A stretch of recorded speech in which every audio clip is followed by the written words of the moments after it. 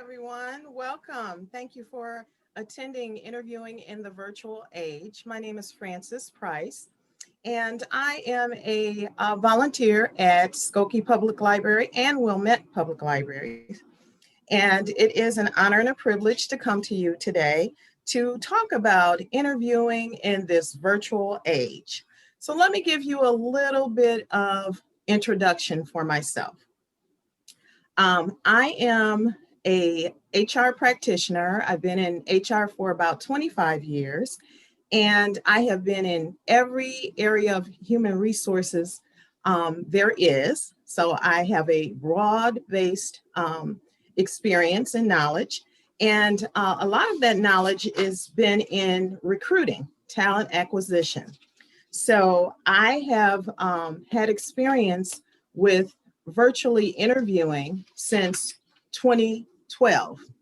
I was working from home and remotely. So this is not a new phenomenon for me, but it is something new to a lot of individuals. So just wanted to give you a quick introduction. Mike is going to help me with the presentation. He's going to kind of navigate through with the pages and so forth. And I think I've jumped ahead just a tad bit, but if Mike can catch up with me, that would be great if he can click on, and I've done my introduction so far.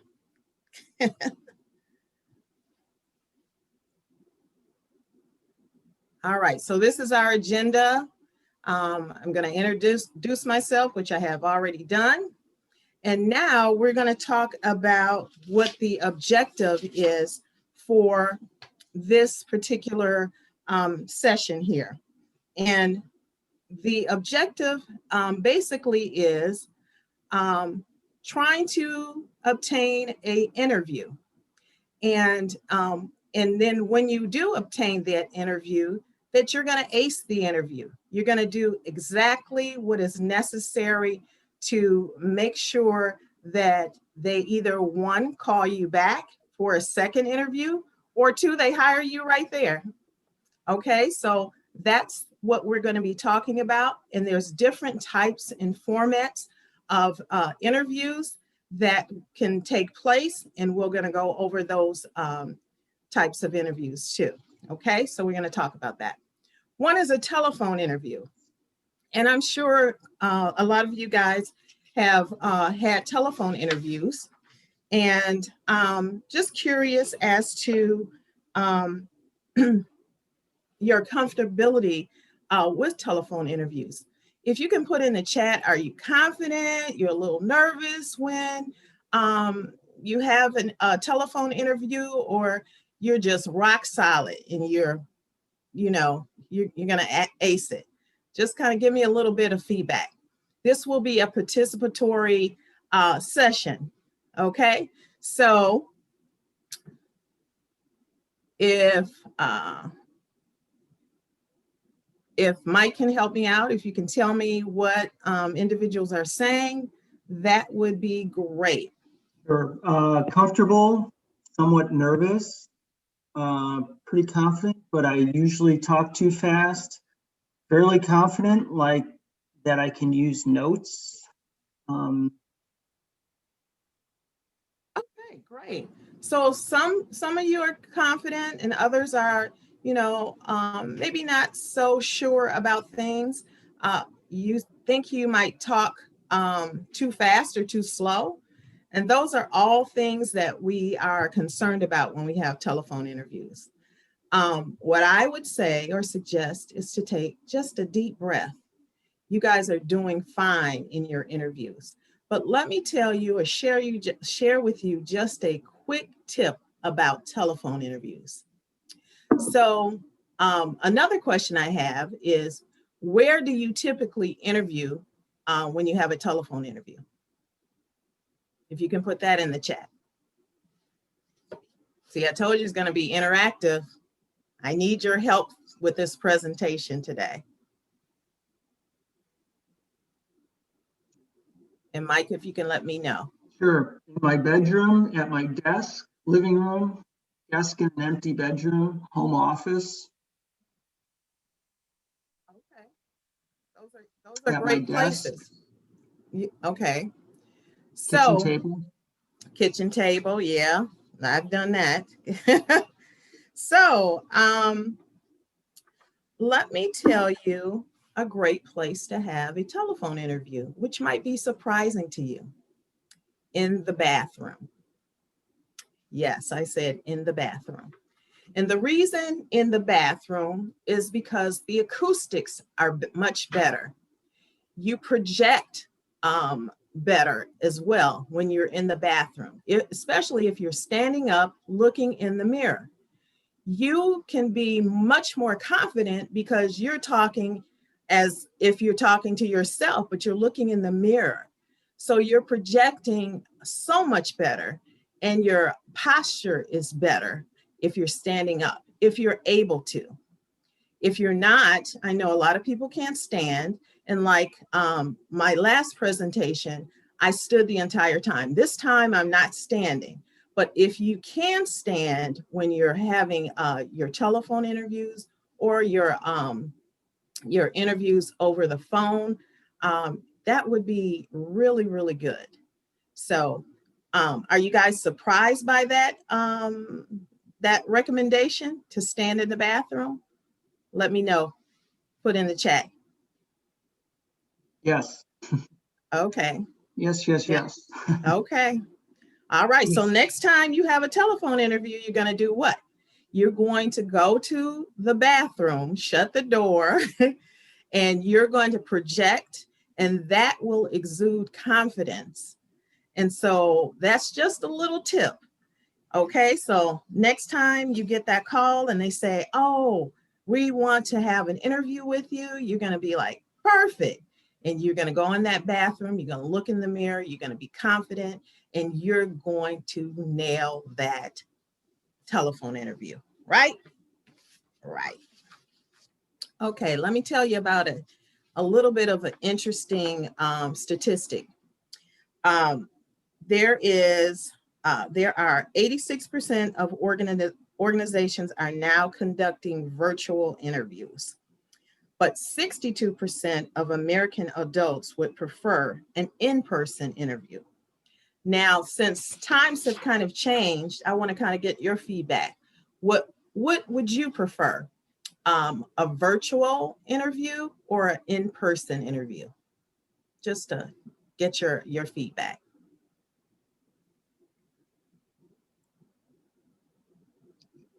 Couple virtuals, few in persons. Mm-hmm. So kind of split. Okay, so those who said virtual, why would you select virtual? And those who said in person, why would you select in person? Someone says safer. Someone says the way you can see if it works for you before you waste time going there. That's Okay. a good point. Very good point. Saves time. I don't want to drive to a campus. If I don't get the job, my time's wasted. So for the virtual, you think it's saving time. So because your time is valuable. So of course you would like to eliminate any type of hiccups or save yourself a commute. You know, I know a lot of times we would commute maybe 45 minutes to go to an interview, and you would be there, you know, for hours, and then it doesn't pan out. So I understand the virtual. So we're going to prepare you for a virtual interview. How many of you guys have had virtual interviews recently, or if you've ever had a virtual interview? Okay. And okay, so a lot of you guys have had a virtual interview. Okay, that's great. So let me give you a little tidbit, a little takeaway here. Try to interview between the hours of 9 a.m. and 3 p.m. if possible. That's the best time that you will have natural light in your your home office or your home. You will have the best lighting during those hours. Now, were you aware of that? Has anyone ever shared that with you? Just put that in the chat, yes or no.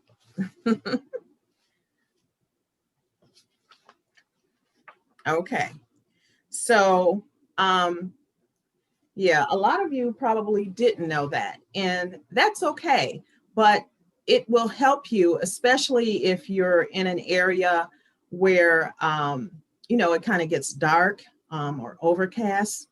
That will help you, especially during that time. So are there any other comments, Mike? Advised to be facing a window light for good image. That's like you mentioned, being in the bathroom, so that assumes you have a window in your bathroom, right? Well, yeah, typically there is a window in your bathroom, but That's true. that I was not speaking for in reference to telephone interviews, the actual Yeah, virtual that's true. interview. So I'm sorry if I confused anyone, but another thing you should ask in reference to when an interview occurs is how long will the interview typically last? Is it going to be an hour? Is it going to be 30 minutes? And that's important because, I mentioned for the telephone interview for you standing, a lot of times interviews can take over an hour. So if it's going to be a 2-hour interview, you may not want to stand. So you just kind of want to gauge. If it's 30 minutes, you might want to stand when you're face to face with the interview virtually. So that will help you again with your posture, because most people slouch.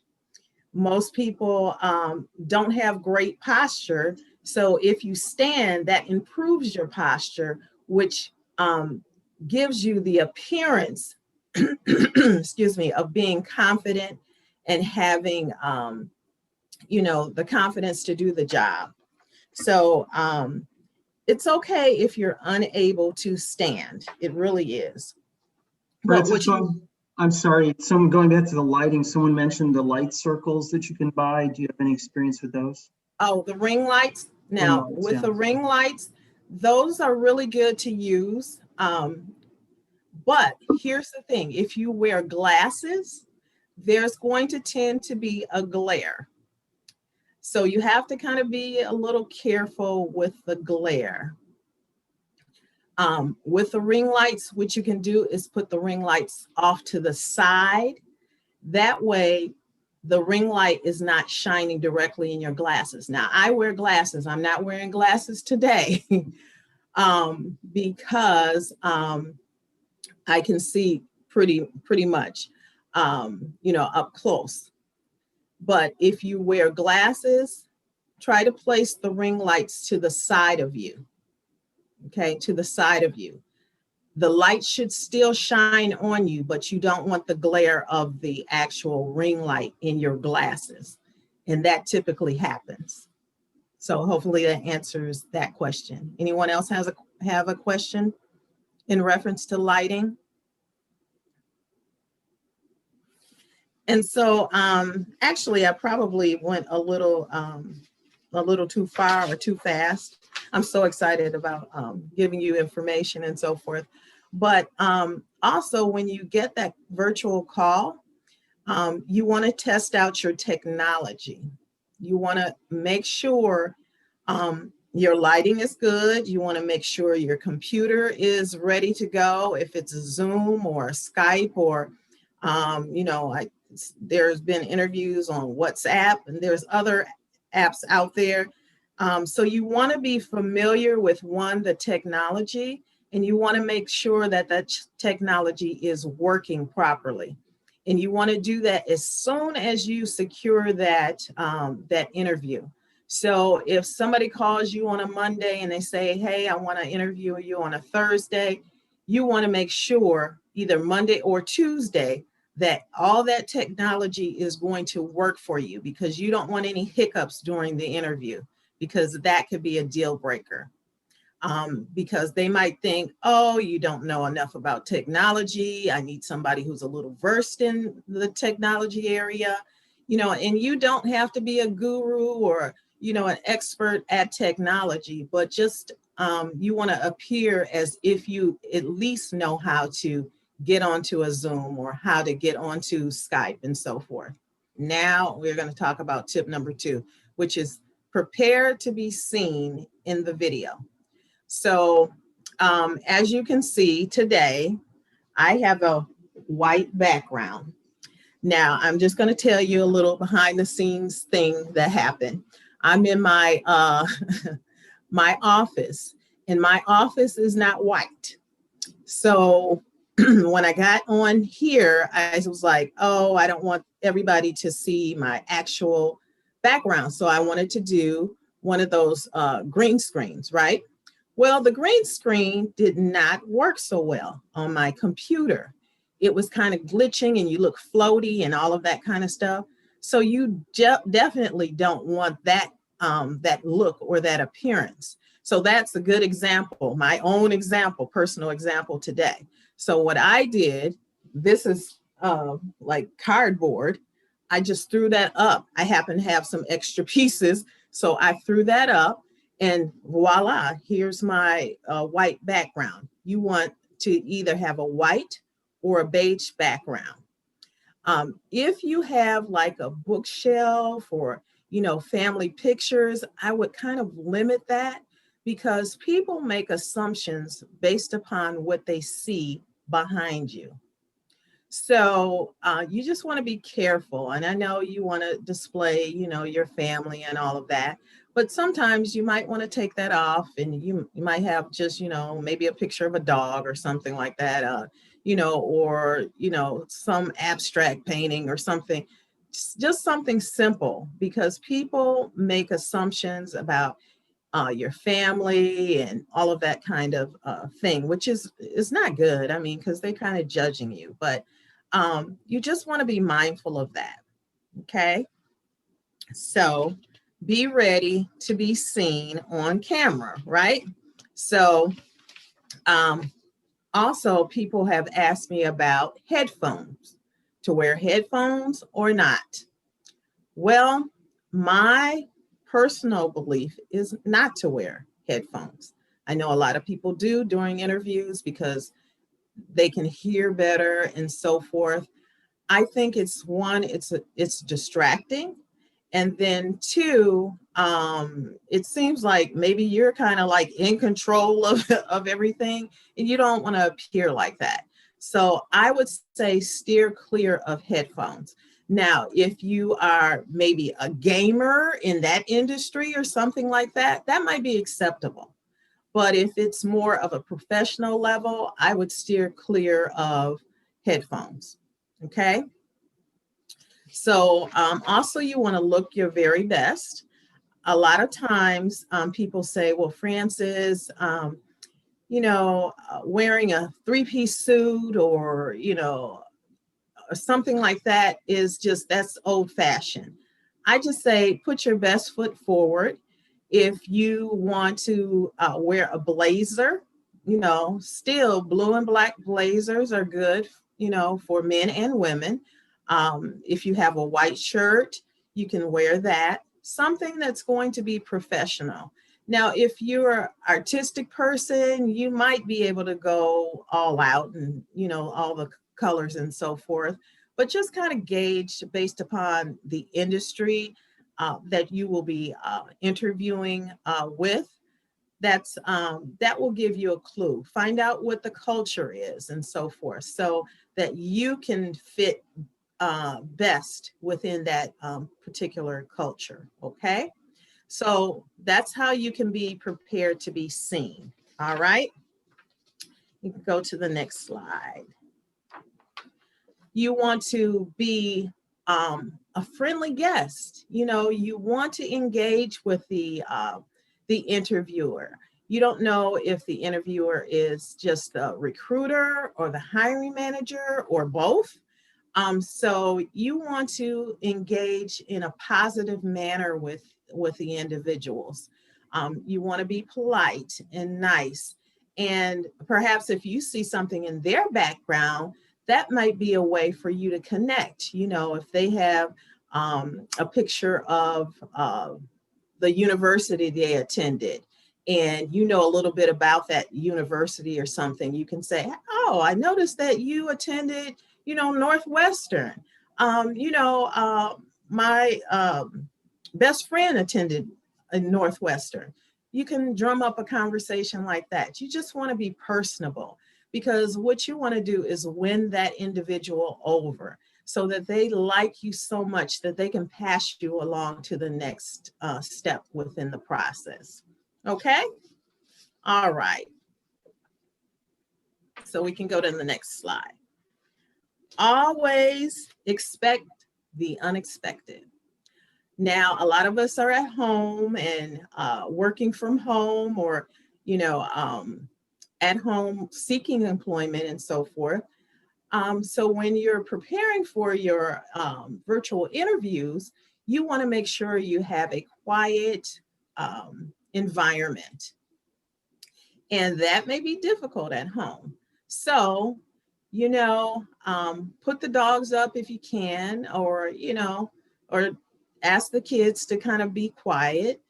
So, but inevitably, something is going to happen where you're going to get interrupted. Someone is going to come in, the cat's going to come across you, run across your screen, the dog is going to bark, something's going to happen. That's okay. Just apologize. Excuse yourself if you have to take care of that situation quickly, then come back and just go move forward. You've already apologized. You can't help what has already transpired. All you can do is move forward. So just a quick question. Has anybody experienced that, where you got interrupted during an interview and that was like, you're thinking, oh, that's the end of the world? Yeah. Yeah, I'm sure. Mike, can you read the comments for Yeah, me? don't forget to mute before you leave. Okay, yeah. Yeah. Just be careful what you say to other people in the room, I guess, right? He said, Reverse. don't forget to mute before you leave. Yeah. The reverse had happened with me. Yeah. So I guess be careful what you say. Oh, okay, yeah. Like, oh, I don't forget assume. to mute your I get it. Don't forget to mute your computer or whatever device before you leave to go handle that situation. Yeah, because sometimes you can say some things that you don't want that potential employer to hear. Exactly. So yeah, so that's a good recommendation. Yes. And always just be kind and courteous. Things happen, and as interviewers, we should understand, especially now that we are in this environment where people are at home and kind of juggling multiple, things, and it's okay. It's okay. So you just have to kind of press on, right? So we can go to the next slide. What you would want to do is also focus on your communication. You want to speak up clearly. You want to have, just convey your enthusiasm about wanting the position and why you would be a good fit for that opportunity. You want to just kind of lay out all your cards. And even if you don't have all your the experience and the knowledge there, show that you have a willingness to learn, and you want to be open and communicate effectively with the interviewer. You want to try to engage with the interviewer. And I know that I've personally hired people who have not had all the requirements of the job, but I saw potential in them, so just kind of talk yourself up. Make sure that you are really confident in what your skill sets are and so forth. Okay. So communicate effectively, focus on how you can help the organization, and just articulate that clearly to them. All righty. Okay. Tip number 5, be prepared. okay? You want to be prepared. You want to have questions kind of formulated in your head that the interviewer might potentially ask you.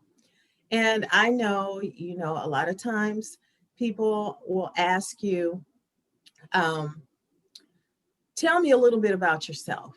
You, that's the hardest question. What are they thinking? Are they asking you to tell you, oh, I'm married with kids? Or are they asking you, this or that? You want to be prepared. And I have provided you with some sample questions there to kind of help you along in that process, that thought process of being prepared to answer the questions that they might potentially ask you. Okay, so just kind of keep that in mind. You can always Google it. You can, our service at the library is very helpful. You can always go, it's no cost. You can call us up. We can schedule opportunity for mock interviews. There are career counselors there that can help you along, and we can help you kind of navigate through those challenging questions that might come up in an interview. And you want to be prepared before they come up and you're like a deer in the headlights and you're like, oh my gosh, I never thought of that. So you do your homework on the front end and try to figure out what they might potentially ask you so that you are prepared. Okay, so that's tip number 5. Francis, someone was asking about nonverbal cues in an interview. Yes, nonverbal. In a virtual interview. Yes. Now, I tend to, and you probably can't see it because of my hands, I tend to talk with my hands. I'm trying to refrain from that right now. But yes, you have to pay attention to the interviewer's nonverbal cues and your own nonverbal cues. That could be the eye contact, or the interviewer says something and you're like, your eyes are, wide open, like in shock. So you really have to pay attention to that so that, you're not kind of caught off guard and you don't want to convey the incorrect information with a nonverbal cue to the interviewer. So yes, nonverbal cues are very important to pick up on and to try to understand. Okay. Is there another question? Yeah, it's something about do you prepare using behavioral interviewing model, such as STAR? Yes, and that's number 6. So that's the next slide. So perfect timing, perfect question. So the next thing is to practice. You want to practice even more. You don't have to memorize, but it's important to keep things simple. And it's important to make sure you're explaining things accurately and also with examples. And that is the STAR method here that is outlined here. And the S is situation. And so you want to give set the scene and give necessary details for the example that you're going to convey to your interviewer. You want to talk about what you have done. So you're going to kind of paint the picture. Then you're going to have a task. You're going to describe what your responsibilities, your role was in that situation. And that's the T. And then the A is action. Explain exactly what steps you took to address it. And then R, the results. Share what outcomes your action achieved. Okay, that's the STAR method. So you have to have examples of what you have accomplished. Also in there, if you have examples that you save money. People like numbers. So if you have example, I had cost savings of, 10%. People like for you to quantify things. So utilize the STAR method. And I believe this presentation will be available to the participants. Is that correct, Mike? Yeah, that's true. We'll send it out Okay. to everybody afterwards. Okay, great. So just make sure that you are able to um, articulate and convey what you have done and how you have done it effectively, so that they can say, well, wow, that's great. That's the kind of team member I need on my team. So yeah. So are there any other questions in reference to the STAR method that came up, Mike? Yeah, there were a couple. What types of questions would you use the STAR method to answer, and the amount of time you would take for the question, Well, to use for the situation? Sorry. okay. The timing is going to be based upon the question the interviewer asks you. That's number one. And then the type of questions, that's going to depend upon what area of expertise you're going for. So let's say you're, I don't know, you're an administrative assistant, okay, and they are trying to hire somebody for the CEO. So you might want to give them a scenario where you were able to handle the CEO's calendar and also other competing challenges at the same time, and just set the scene for them, and give the details and describe what happened and explain what actions you took and how your actions resulted in a positive outcome. I'm sorry. Someone had a specific, thanks, Francis. Someone had a specific question, how you would use it, like question, no, I have not done that, or I don't have that experience. So is there a way you can use the STAR method for that? That you say you don't have that experience? Yeah, I guess if they're asking you for something and you don't have that particular experience, is there a way to use Okay. it? I would think if you don't have the experience, I would say, uh, you know, I have not gained that particular experience, but if you have something similar that you have done, maybe offer that up as an alternative, because maybe you haven't, scheduled people for, travel or something like that, but you have scheduling experience in another area. You can say, oh, no, I've never scheduled anyone for travel, but I have scheduled people for patient registration appointments or something like that. And that's just something I'm kind of coming up with, because it's a little difficult to come up with something if you don't know this specific Right. scenario. Or maybe if how you learned something new, on your own too, how you easy to pick up certain skills even though you don't have them. Right. Or, or say it might be something where you're taking a class and you can say, oh, we just learned about that, and I would love to utilize my skills that I just learned. I don't know that particular individual, but again, you could always set up an appointment and then kind of run these scenarios by the career counselors, and we can help you kind of navigate through that whole process.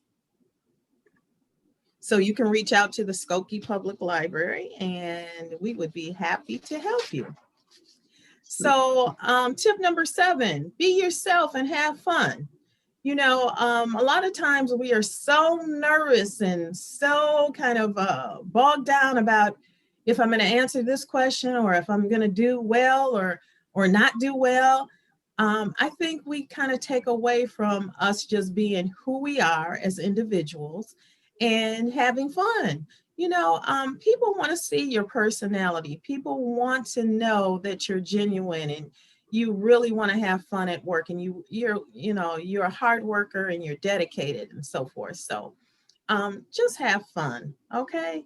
Just relax and have fun and be yourself, because I think that kind of wins over a lot of recruiters or managers and so forth. Just let your personality shine. That's a good thing to do. Um, so, um, Tip number 8, immediately follow up after your interviews. Um, just going to throw this out. Just be honest. There's no judgment. How many people have not followed up after an interview because you might have thought, oh, that interview didn't go well, or, this company is just not for me, or whatever. So if you could put that in the chat. And like I said, it's no judgment. I know I have done it. Like, oh, I'm not going to follow up with this company. I mean, they've kind of wasted my time or whatever. I've done it too. Yeah. So, I mean, it happens. And the reason I'm just kind of bringing that up, I think it's important even to write a quick, follow up and say, thank you for your time or whatever. You never know. That particular position might have not been for you, but maybe a month or so down the road, they might have the opportunity of a lifetime. Now, you have blown it because you did not simply send a few sentence, thank you note. So please don't shoot yourself in the foot. Always follow up, send a quick thank you note, ask about, follow up steps, what's the next steps, all those things, even though you may not even care what they are, just do it out of courtesy. Make sure that you're cordial all throughout the entire interview process, and that, you never know who might know whom. You never know. So Bill at this particular company might know, Terry at another company, and they say, you know what, I interviewed this candidate. They were so sharp. I don't have a place for them, but do you? You never know. So don't ever neglect following up. Okay, it's so important, so important. So please do that. Okay. Yeah, Francis, Yes. someone mentioned, from my experience, hiring managers rarely reply to thank you emails. Sending a thank you note to a recruiter is pointless. I mean, you've been a recruiter, so you would know. Yeah. You know what? I don't believe it's pointless just because of what I just said there, because you never know. And I have an example right in my head. There was a gentleman who was an engineer, and we could not place him. But I was so connected with other people who were recruiting for engineers. I forwarded his resume to another recruiter and said, this guy was really sharp. You should interview him. They interviewed this gentleman and they hired him. Okay. So even though I might have not personally responded back to you, and usually with these ATS systems, that they send out like a canned response. So yeah, maybe I won't do a personal email back to you. But if you send me a personal email, I tend to, this is just Francis, I know all recruiters are not like me. I would send you a response back to say, hey, I received it. Thank you. And I would let you know one way or the other. I know now people are ghosted. The recruiters hound you, and then they never, after they interview you, you never hear anything back. And I think that's sad. I really do. But I can't speak to everyone's, work ethic and all of that, but I just know what Frances did and how she handles things. It's unfortunate, um, you know, but it is just the way of the world. So please follow up. Just please don't get discouraged. Please be encouraged about the recruiting and interviewing process, because there is light at the end of the tunnel. It may seem bleak and gloomy at times, but I think if you network and you are committed to the process, things will materialize for you. Okay, we can go to the next slide.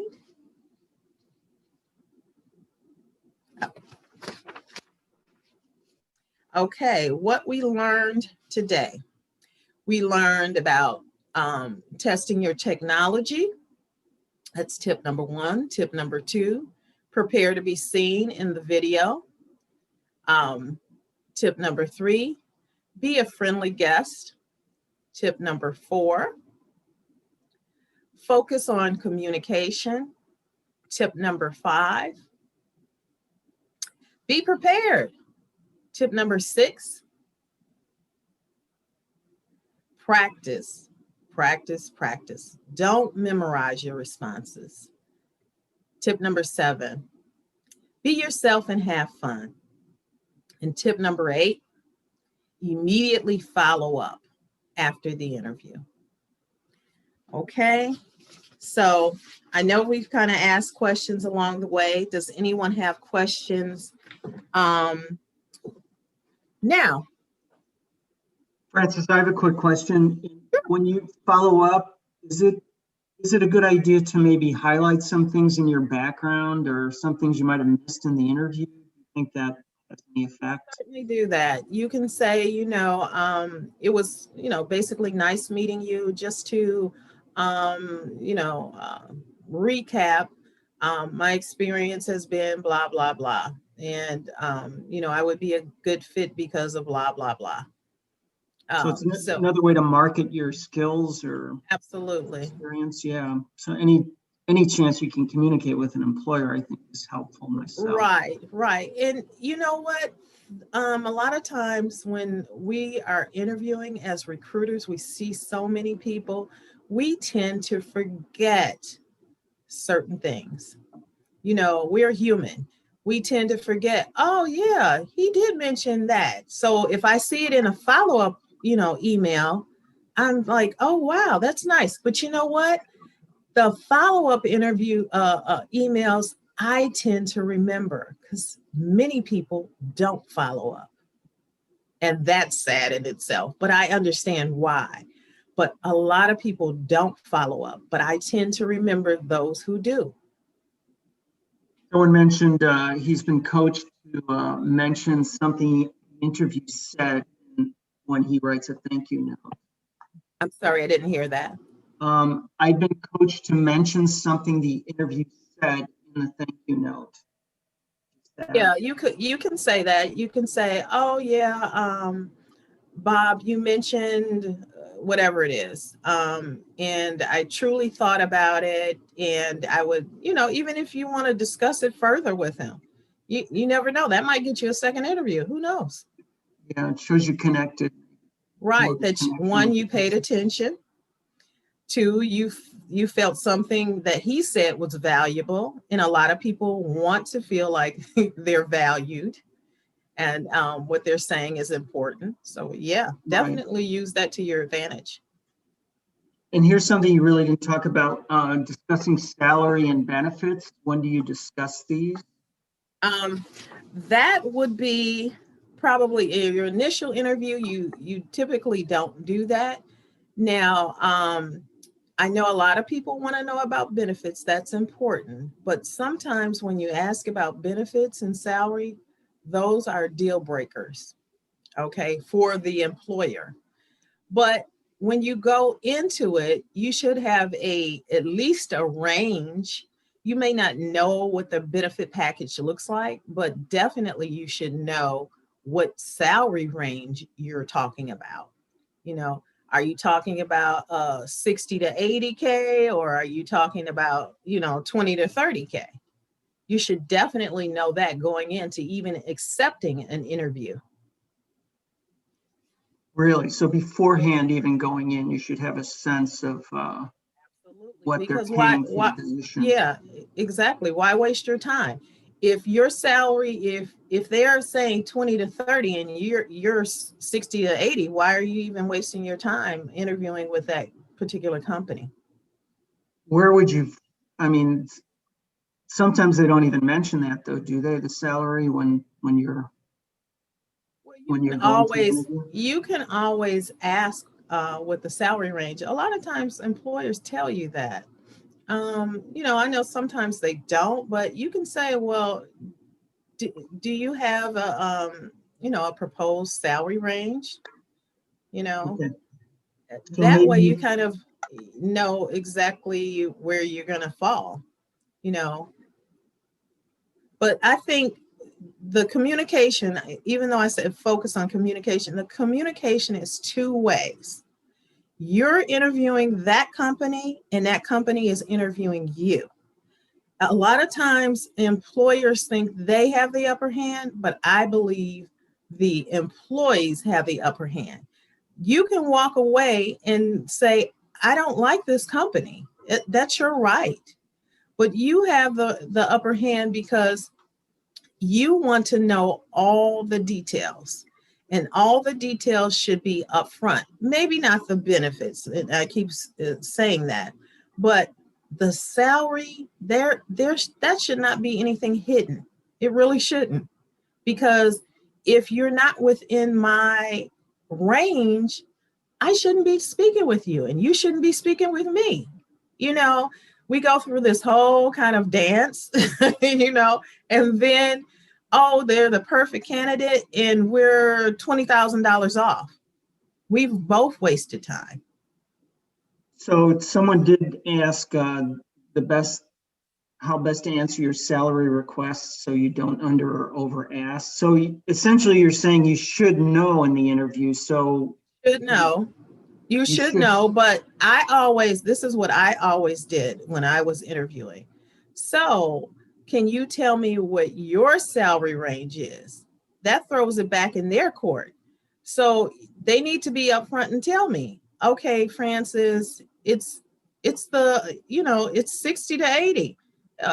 Basically, I have a decision to make. Can I live with 60 to 80K? So I would always throw it back to them. Oh, can you tell me what the salary range is? Or, you know, um, and I that guess way, that would save both your time too. It would save the right, interviewers time because they wouldn't waste time interviewing somebody who isn't right. interested. So, yeah. So, and if my salary range was 100K, then of course I wouldn't be interested in that. Or if it's, oh, my salary range is really 20 to 30 and they said 60 to 80, hot dogs, uh, you know. Um, so I think you should know that up front. I really do. I think you should really find out. I mean, there's got to be creative ways to get that out of the employer before, and you can ask them, what is the salary range? What is the typical salary range for a case manager, or a patient advocate, or whatever the job title is, you know, so Someone, you know. someone asked if they gave a range and you really wanted the higher part of the range, and Mhm. I assume you would wait on that. Is that true? Like he's So they gave them a range, and then 60 they to wanted, 80,000 and you were looking for 80,000. So you would wait till the end and then negotiate that. And okay, well, in that scenario, if they said 60 to 80, that's something that you have to think, can I live with the 60 to 80? Now, what I would suggest probably for that person, your range probably needed to be 70 to 90 or 70 to 100, so that you fall in that 80 range. Because if you're at the top of the range, most people are not going to pay you at the top of the range. They're going to pay you midpoint. So they're gonna pay you somewhere between 60 and 80K, and they're not gonna pay you the 80 if that's the top of the range.